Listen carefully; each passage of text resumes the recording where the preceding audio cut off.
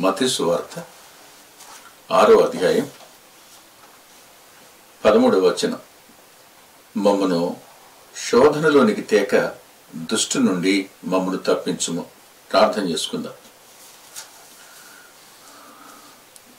మహోన్నతుడైన మా తండ్రి, కృపగల మీ పాదాల సమీపానికి మరోసారి మీ ప్రియకుమారుడు మా రక్షకుడు అయిన యేసుక్రీస్తు ప్రభు వారి పరిశుద్ధ నామంలో రావడానికి మీరు మాకు చూపిన అనుమతి కొరకై కృతజ్ఞత చెల్లిస్తున్నాం. ఈ సమయంలో నీ లేఖనం కొరకు ఎదురు చూస్తున్న వారు ఉన్నారు. నెట్ బాగానే ఉంది, కానీ సిస్టంతో సమస్య ఎదురైంది. అందువల్ల నేరుగా దీన్ని రిలీజ్ చేయలేకపోతున్నాం. మరి అప్లోడ్ చేయడానికి కూడా సిస్టమ్ సహకరించడానికి కృపనివ్వండి. ఈ సమయంలో వాక్యాన్ని అధ్యయనం చేస్తూ ఉండగా మీరే మాకు తలంపులనివ్వండి. మా ఈ ధ్యానం అనేకులకు దీవెనకరంగా చేయమని మీ కృపకు మమ్మల్ని అప్పగించుకుంటూ మీ సహాయాన్ని కోరుకుంటూ యేసుక్రీస్తు ప్రభు వారి పేరిట ప్రార్థిస్తున్నాం తండ్రి. ఆమేన్. ఆమేన్. ఈ 13వ వచనంలో మమ్మల్ని శోధనలోనికి తేక దుష్టు నుండి తప్పించుము అన్నమాట. శోధనలోనికి తేక దుష్టు నుండి తప్పించుము. ఇది క్రైస్తవ విలువలకు సంబంధించింది అని ఇంతకు ముందు చెప్పుకున్నాం. అయితే ప్రభు ప్రార్థనలో ఈ విషయాన్ని చెప్పటం వద్ద నాకు నేనుగా ఒక విశ్వాసిగా, మీకు మీరుగా దీన్ని ఆలోచన చేస్తే మన వైపు నుండి క్షమాపణ పొందిన వ్యక్తి ఆ క్షమాపణ యొక్క విలువ ఎంతో అర్థమైతే, క్షమాపణ పొందిన వ్యక్తి మరలా ఆ పరిశుద్ధపరచబడిన స్థితిలోకి రావడం ఎంత ఉన్నతమైందో అర్థమైతే, లేదు మనం ఆయనతో కోల్పోయినటువంటి సహవాసాన్ని మరల తిరిగి పొందడం అనేది ఎంత విలువైందో అర్థమైతే, మరలా తప్పు చేసి మరలా కాలు జారిన పరిస్థితుల్లోనికి వెళ్ళి మరలా పతనమై మరలా అదే పరిస్థితుల్లోనికి రావడానికి ప్రాణం విలవిల్లాడిపోయే సమయాన అడుగుతున్నా ఆ విజ్ఞాపన ఏం అడగాలి అంటే, మమ్మను శోధనలోనికి తేక దుష్టుని నుండి మమ్మను తప్పించుము. శోధనలోనికి తేక, శోధనలోనికి తేక.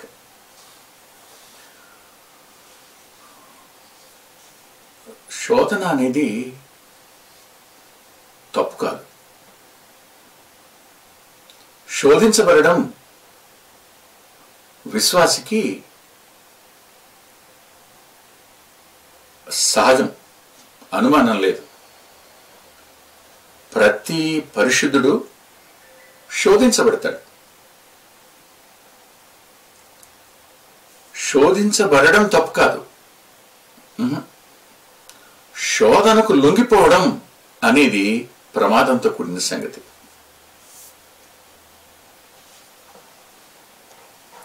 ప్యూరిటన్ రైటర్ థామస్ బ్రూక్స్ ఇలా అన్నాడు, శోధన ఎంత ప్రమాదకరమైంది అంటే, వాడు మన ముందు పెట్టి ఆశ చూపించేది ఓ పండుని, మనం కోల్పోయేది పరదేశుని అన్నాడు. బా అంటే వాడు చూపిస్తున్న ఆ ఆకర్షణ కలిగినది ఏదైనా దాని లోపల మనల్ని పట్టి వెలుపలికి లాగే ఓ ముళ్ళు అందులో ఇమిడి ఉంది, అమర్చాడు. వాడు వేటగాడు. రక్షించబడిన వారిని శోధనలోనికి లాగి నష్టాన్ని కలుగు చేయడానికి వాడు ప్రయత్నం చేస్తూనే ఉంటాడు. వాని పేరే శోధకుడు కదూ.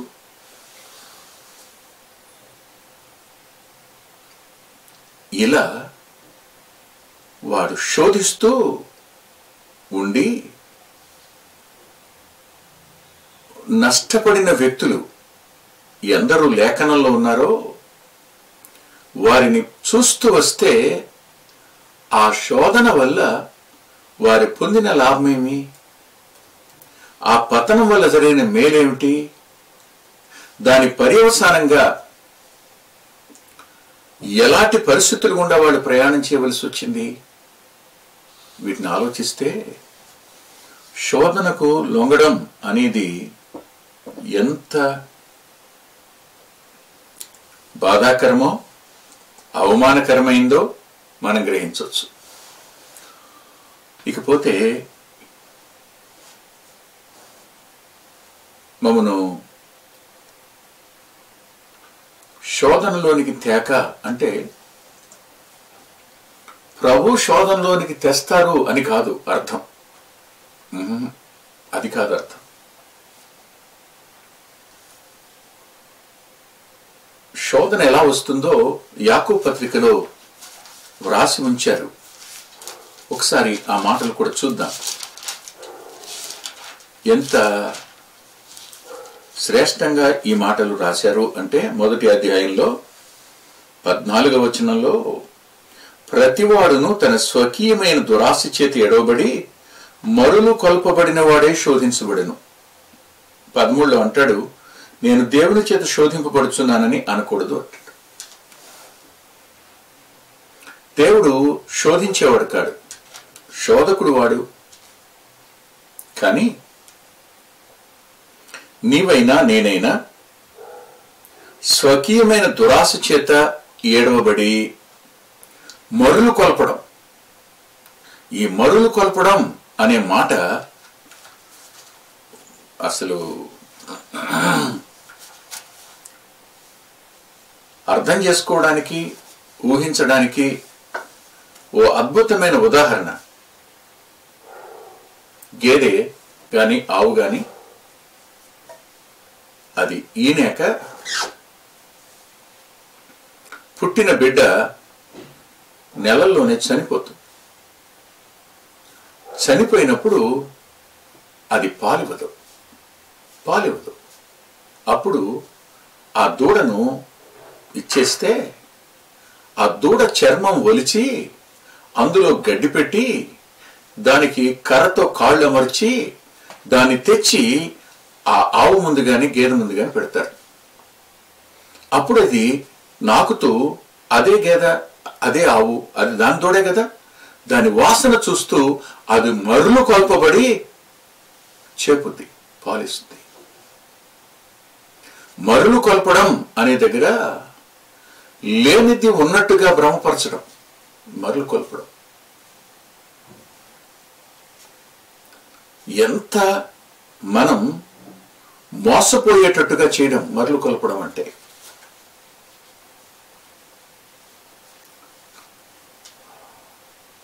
అలా ఏడవబడతాం.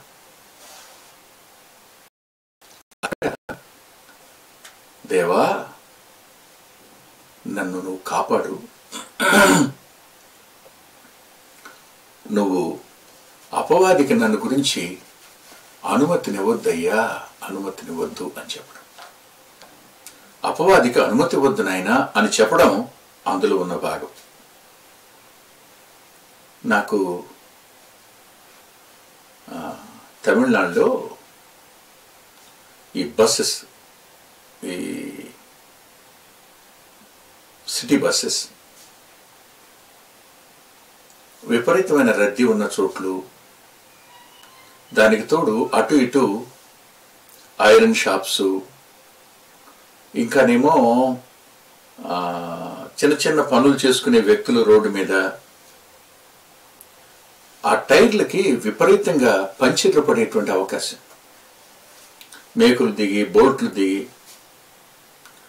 సరిగ్గా ఆ దాని భాగంలో లోపల భాగంలో పైన మ్యాగ్నెట్ ఇలా అమర్చటం.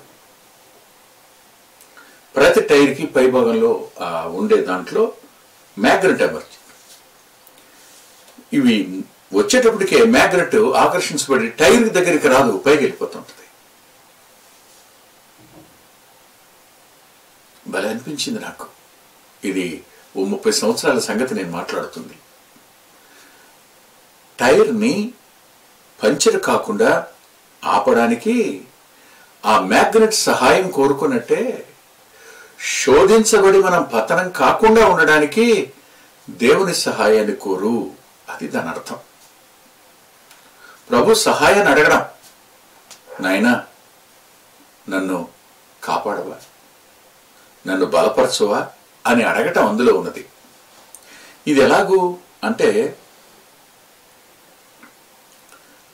1-2 మాటలు చెప్తాను నేను.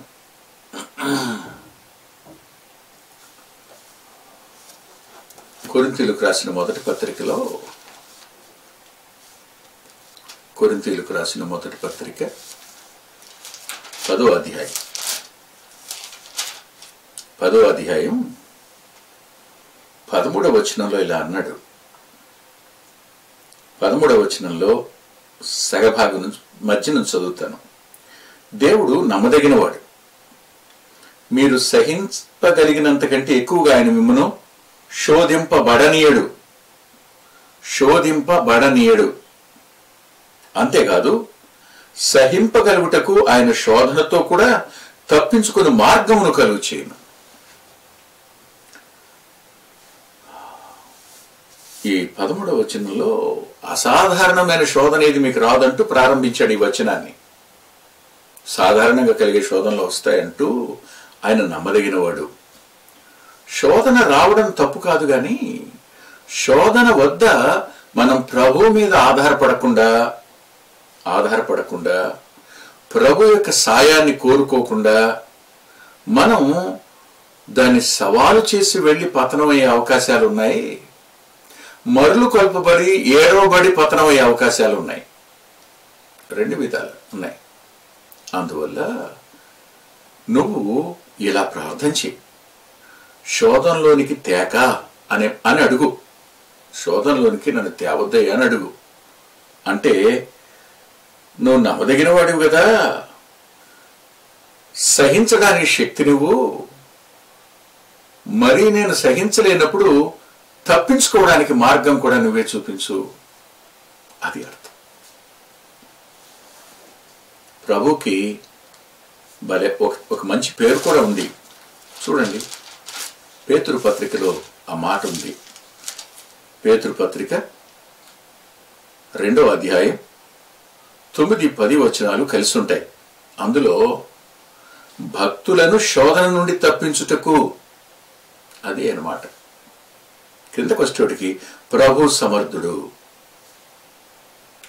భక్తులను శోధనలో నుండి తప్పించుటకు ... పెట్టి ప్రభు సమర్థుడు. శోధనని జయించడానికి మనం సమర్థులం కాకపోవచ్చు, కానీ శోధన నుండి తప్పించడానికి ప్రభు సమర్థుడు. శోధనని సహించడానికి శక్తినివ్వడానికి ప్రభు సమర్థుడు. శోధనకు అనుమతించిన అందులో నుంచి తప్పించుకోవడానికి ఆయన మార్గం చూపించడానికి సమర్థుడు. ఇది అంటే అపవాది శోధిస్తాడు. వాడు శోధిస్తున్నప్పుడు అది ఏదైనా కానివ్వండి, ఏ విధమైన శోధన కానివ్వండి, అది మానసికమైంది కావచ్చు, లేకపోతే శరీర సంబంధంగా కావచ్చు, లేదు నేత్రాశకి సంబంధించింది కావచ్చు, ఏదైనా సరే శోధన వద్ద మనం ఆయన మీద ఆనుకుంటే, ఆయన వైపు చూస్తే, ఆయనను అర్థిస్తే, కాపాడమని అడిగితే, ఒకటంటాను, యోసేపు శోధించబడ్డాడు.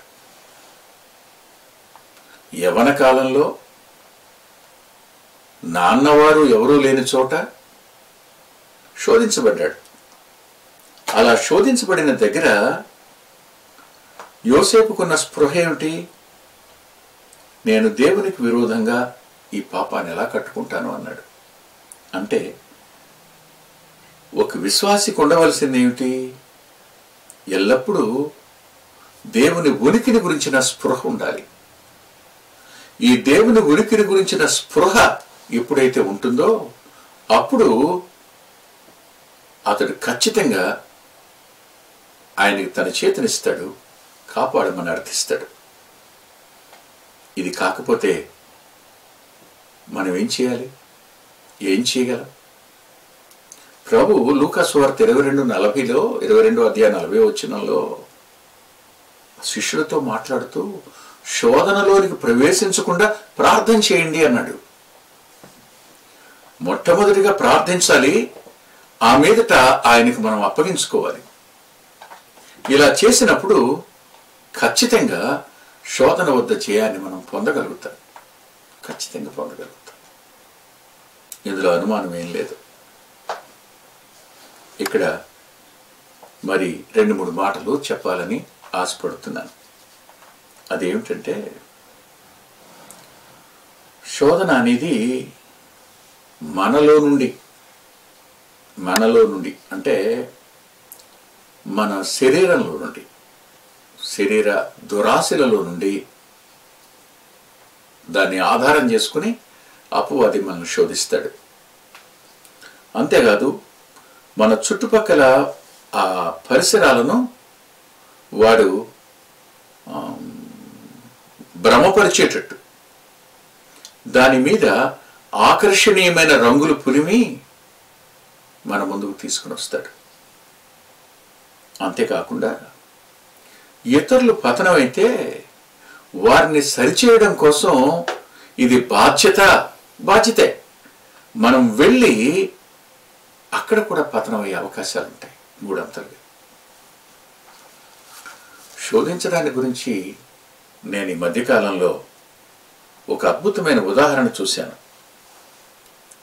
పులిగడ్డ దగ్గర వంతెన ఎక్కక ముందు ఎడమ చేతి వైపున మొట్టమొదటి కొట్టు ఉంటుంది. అది ఎండు చేపల కొట్టు, పచ్చి చేపలు కూడా అమ్ముతారు వాళ్ళు. అక్కడికి వెళితే అక్కడ ఒక పెద్ద ఆయన ఉంటాడు. చాలా మంచిగా మాట్లాడతాడు ఆయన.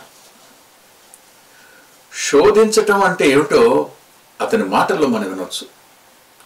ఎవరు వస్తారు? నాతో పాటు ఇంకొక తమ్ముడు వచ్చాడు, ఆంధ్రీ అని.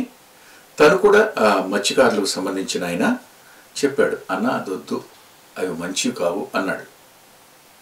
ఇవి మంచివి, అవి మంచివి కావు, బాగా కనపడతాయి కానీ మంచివి కావు, ఇలా చెప్పుకుంటూ వచ్చాడు. ఇలా ఒక కారు తీసుకుని ఎవరో వచ్చారు, దిగారు. ఇవెంత అన్నారు, బేరం అడిగారు. ఒకటి కొన్నారు, రెండోది కొని అది చాలా ఎక్కువ ధరలే అని చెప్పి వెళ్ళిపోతున్నారు. అతను అంటాడండి, ఏమండి 10 రూపాయల కోసం మీరు ఆలోచించి ఎంత పోగొట్టుకుంటున్నారో మీకు అర్థం కావట్లా. అది ఎంత శ్రేష్టమైందో మీకు అర్థం కావట్లా. అసలు ఎంత రుచినిస్తుందో మీకు అర్థం కావట్లా. అసలు నాలుకని ఎంత ప్రభావం చూపిస్తుందో మీకు తెలియట్లేదండి. 10 రూపాయల కోసం మీరు వెళ్ళిపోతున్నారండి. మీరు అసలు ఇలాంటిది ఎక్కడైనా దొరుకుతుంది అనుకుంటున్నారా? ఎంత శ్రేష్టమైనది మీరు ఎక్కడైనా చూస్తారా? అసలు ఇది ఈ అరుదుగా దొరుకుతుందండి. ఇలా మాట్లాడుతూ ఉంటే నేను అలా చూస్తూ ఉండి, అబ్బా, శోధన కూడా ఇంతే కదా. ఆలోచించనివ్వకుండా కనులను సంభ్రమపరిచి మనసును అచేతనం చేసి మనం స్పృహ కోల్పోయి మనం మరులు కొల్పబడి భ్రమపడి నిజమే కదా అని నమ్మి చేతులు చాపుతాం, కళ్ళారా చూడడానికి ఇష్టపడతాం, పాదాలు అటు నడుస్తాయి, చేతులు వాటిని గట్టిగా, అంతే. ఎంతకు ఇదంతా ఎందుకు జరుగుతుంది? ఇదంతా జరగడానికి గల కారణం ఏమిటి? పేతురు గారు తన మొదటి పత్రిక రాస్తూ 5వ అధ్యాయంలో ఆయన ఇలా అన్నారు. 5వ అధ్యాయం 8-9 వచనాల్లో ఆయన అన్న మాట ఏమిటంటే, నిబ్బరమైన బుద్ధి గలవారై మెలకువగా ఉండండి. మీ విరోధి అయిన అపవాది గర్జించు సింహమోలే ఎవరిని మృంగుదునా అని వెతుకుచూ తిరుగుచూ ఉన్నాడు. వాడు శోధన వద్ద వాడి పని ఏమిటంటే మృంగడం. ఎవరిని మృంగుదునా అని వాడు తిరుగుతున్నాడు అన్నాడు.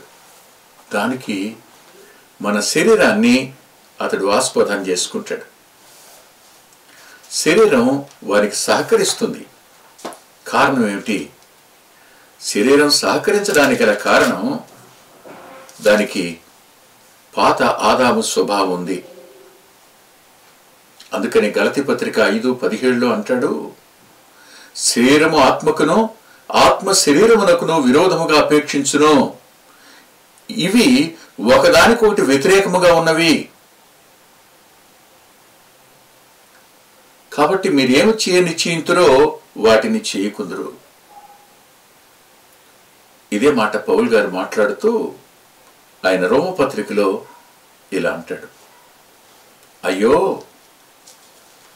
నేను ఎంత దౌర్భాగ్యుణ్ణి, నేను ఏది చేయకూడనో అది చేస్తూ ఏది చేయాలనుకుంటానో అది చేయలేని వాడిగా ఉన్నాను నేను అంటాడు.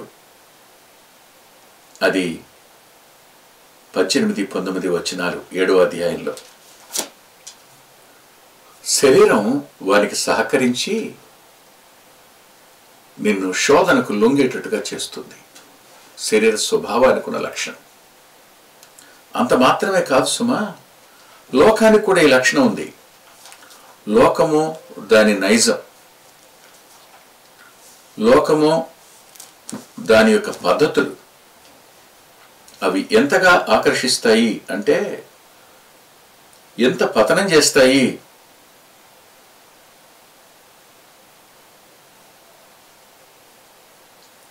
అది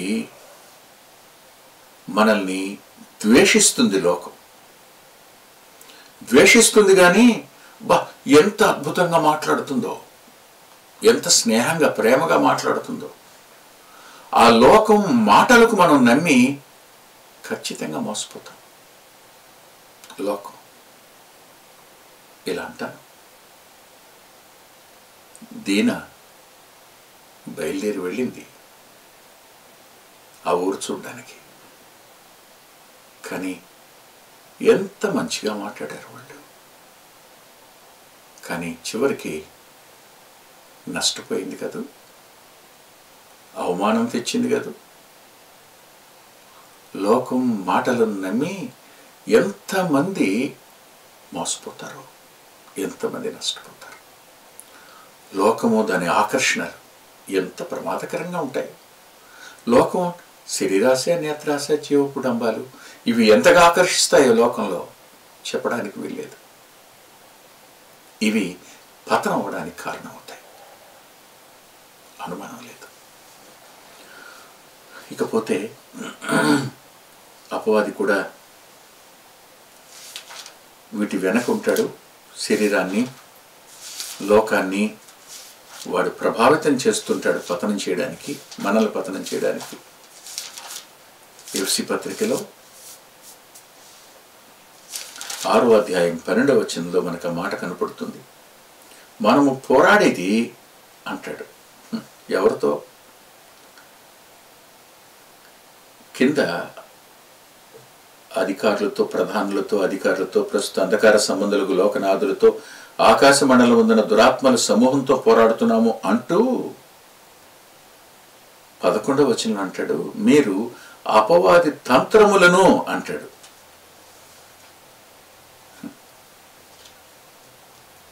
ప్రయాణించేటప్పుడు చిన్నపిల్లలకు అమ్మా నాన్నలు మంచి సలహా చెప్తారు. నువ్వు పిల్లలతో కలిసి వెళ్తున్నావు, నువ్వు ఈ ఊరు నుంచి ఆ ఊరు బస్సుకి వెళ్ళాలి, బస్సు ఎక్కుతున్నావు, ఎవరు ఏమిచ్చినా తీసుకోవద్దు, ఎవరు ఏమిచ్చినా తినొద్దు అని చెప్తారు. ఏమిటి మా అమ్మ ఎంత పిచ్చిది, ఎటు చెప్తుంది ఏంటనుకుంటారు. కానీ నీకు బర్త్డే అమ్మ నాకు తీసుకో అని ఇచ్చినప్పుడు తీసుకో, కానీ తినకు. వాళ్ళు బాధపడతాను, తినకు, దిగిన తర్వాత పారే. ఎందుకో తెలుసా? వాళ్ళు నీకు ఆ చాక్లెట్ ఇచ్చింది నీ మీదున్న ప్రేమతో కాదు సుమా, నీ చెవులకున్న బంగారం మీద ప్రేమతో, నీ ఒంటి మీద ఉన్న నగల గురించిన ప్రేమతో. ఒకవేళ నువ్వు తిని స్పృహ కోల్పోతే నీ దేహంలో ఉన్న కిడ్నీలు అమ్ముకోవాలనే మోసంతో. అపవాది శోధించే ప్రతిసారి విలువైన వాటిని నీ నుండి దొంగిలించడం కొరకు వాడు ప్రయత్నం చేస్తాడే తప్ప నీ మీద ప్రేమతో కాదు సుమా. ధనాన్ని తెచ్చిన, శరీర సంబంధమైన వాటిని ముందుకు తెచ్చిన, లోక సంబంధంగా ఘనత గౌరవాలను తెచ్చిపెట్టిన, అవన్నీ పతనం అవడం కొరకే గాని నీవు ఉన్నతమైన అంతస్తు ఎక్కడం కోసం కాదని గుర్తుపెట్టుకోవాలి. ఇది అపవాది వారి కార్యాలు. ప్రభు అంటున్నాడు, అడగండి మీరు శోధనలోనికి తేక అని. శోధన నుండి కాపాడడానికి ఆయన సమర్థుడు. ఎందుకని అంటే ఇవిడి పత్రికలో దానికి జవాబు రాశాడు. ఏమని రాశాడంటే 2వ అధ్యాయం 18వ వచనంలో, తాను శోధించబడి శ్రమ పొందిన గనుక శోధింపబడి వారికి సహాయం చేయగలవాడే అన్నాడు. నెంబర్ 1. రెండవ మాట ఇలా అన్నాడు 4వ అధ్యాయం 15వ వచనం, మన ప్రధాన యాజకుడు మన బలహీనతలందు మనతో సహానుభవం లేనివాడు కాడు గాని సమస్త విషయంలోనూ మన వల్లనే శోధించబడెను, ఆయన పాపము లేనివాడుగా ఉండెను గనుక మనము కనికరింపబడి సమయోచితమైన సహాయం కొరకు కృప పొందినట్లు ధైర్యంతో కృపాసనదం దగ్గరికి వెడదాం అన్నాడు. ఆలోచించండి. ఇప్పుడు ధైర్యం పొందడానికి, సమయోచితమైన సహాయం పొందడానికి, గెలవడానికి మనకు ఒకే ఒక సోర్స్ ఆయన. శిలువలో అపవాది తలను చితకొట్టినవాడు, వారి శక్తిని నిర్వీర్యం చేసినవాడు. ఆయన అసలు వచ్చింది ఎందుకు? యోహాను రాసిన మొదటి పత్రిక 3వ అధ్యాయం 8వ వచనంలో ఆయన భూమి మీదకి రావడానికి గల ఓ అత్యున్నతమైన కారణాల్లో ఒక కారణాన్ని ఆయన చెప్పాడు. ఆయన 3వ అధ్యాయం 8వ వచనంలో ఉంది, అపవాది మొదటి నుంచి పాపం చేస్తున్నాడు గనుక పాపము చేయవాడు అపవాది సంబంధి, అపవాది యొక్క క్రియలను లయపరచుటకే దేవుని కుమారుడు ప్రత్యక్షమాయను. ఆ క్రియలను లయపరచడానికి ఆయన వచ్చాడు. ఆయన చిందించిన రక్తం, ఆయన మరణం, ఆయన పునరుద్ధానం, అందుకొరకే ఆయన రక్తంలో కడగబడిన మనం శోధన నుండి తప్పించుకోవడానికి, శోధన జయించడానికి ఆయన పైన ఆధారపడాలి. తలలో ఉంచి ప్రార్థన చేసుకుందాం. దయగలిగిన మా గొప్ప తండ్రి, కృపగలిగిన మీ హస్తాలకు వింటున్న మా ప్రియులందరినీ అప్పగించుకుంటున్నాం. బలపరచండి. మరలా మేము శుక్రవారం రాత్రి 9:30 కలుసుకోవడానికి కృపనిమ్మని యేసుక్రీస్తు ప్రభు వారి పేరిట ప్రార్థిస్తున్నాం తండ్రి. ఆమేన్. దేవుడు మిమ్మల్ని దీవించునుగాక.